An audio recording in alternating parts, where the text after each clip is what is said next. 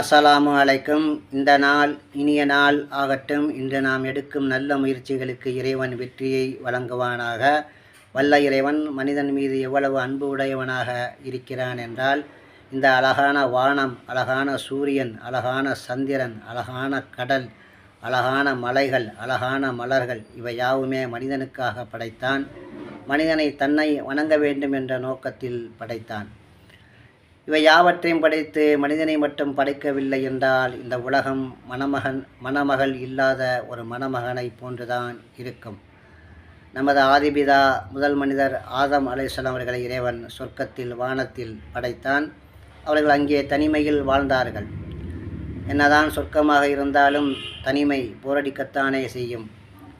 அங்கே அற்புத மாளிகைகள், அறுசுவை உணவுகள் அது அவர்களுக்கு இன்பம் அளிக்கவில்லை. அவர்கள் மனதிற்குள் ஒரு ஏக்கம். மனிதனுடைய இயக்கத்தை இறைவன் அறிந்தவனாக இருக்கின்றான். அதனால் அங்கே அவர்களுக்கு ஒரு துணையை படைத்தான். ஹவ்வா என்ற ஒரு பெண்மணியை அங்கே படைத்தான். அவர்கள்தான் நமது ஆதித்தாயாக இருக்கிறார்கள். பிறகு கணவன் மனைவி இருவரும் சந்தோஷமாக சொர்க்கத்திலே வாழ்ந்தார்கள். இந்த கணவன் மனைவி உறவை பற்றி இறைவன் கூறும்போது, அவர்கள் உங்களுக்கு ஆடையாக இருக்கிறார்கள், நீங்கள் அவர்களுக்கு ஆடையாக இருக்கிறீர்கள் என அழகான முறையிலே இறைவன் கூறுகின்றான். இன்னும் மனைவியரை பற்றி இறைவன் கூறும்போது, அவர்களிடத்தில் குறையென்ற ஒன்று இருந்தால் நிறையென்ற ஒன்று இருக்கும், நீங்கள் நிறைகளை கண்டு பொருந்தி கொள்வீர்களாக என இறைவன் அழகான முறையிலே உபதேசிக்கின்றார். அண்ணல் நபி ஸல்லல்லாஹு அலைஹி வஸல்லம் அவர்கள் கூறுகிறார்கள், எந்த பெண்மணி தன் கணவன் திருப்தி கொண்ட நிலையில் மரணிப்பாளோ அவள் சொர்க்கம் செல்வாள் என அழகான முறையிலே கூறுகிறார்கள். ஆகவே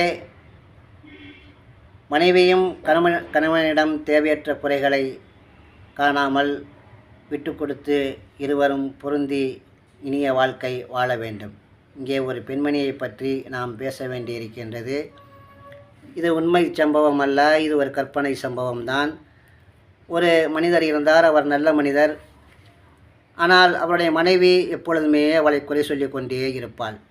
என்ன பொருள் வாங்கி வந்தாலும், என்ன ஆடை வாங்கி வந்தாலும், இது அப்படி அது அப்படி என குறை சொல்லுவதே அந்த பெண்மணிக்கு வேலையாக இருந்தது.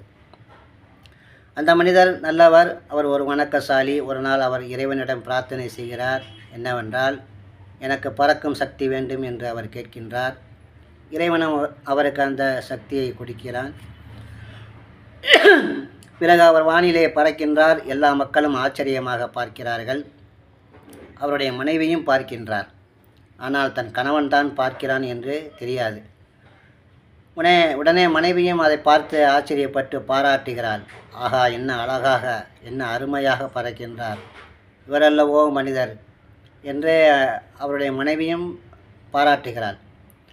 பிறகு அவர் கீழே வந்து விடுகிறார். கீழே வந்தவுடன் மனைவி சொல்கிறாள், ஒரு மனிதர் வானத்திலே பறந்தார், எவ்வளவு அழகாக அருமையாக பறந்தார் தெரியுமா, நீயும் தான் இருக்கிறாயே மனிதன் என்று, அவரல்லவா மனிதன் என்று அந்த மனைவி கூறினாள்.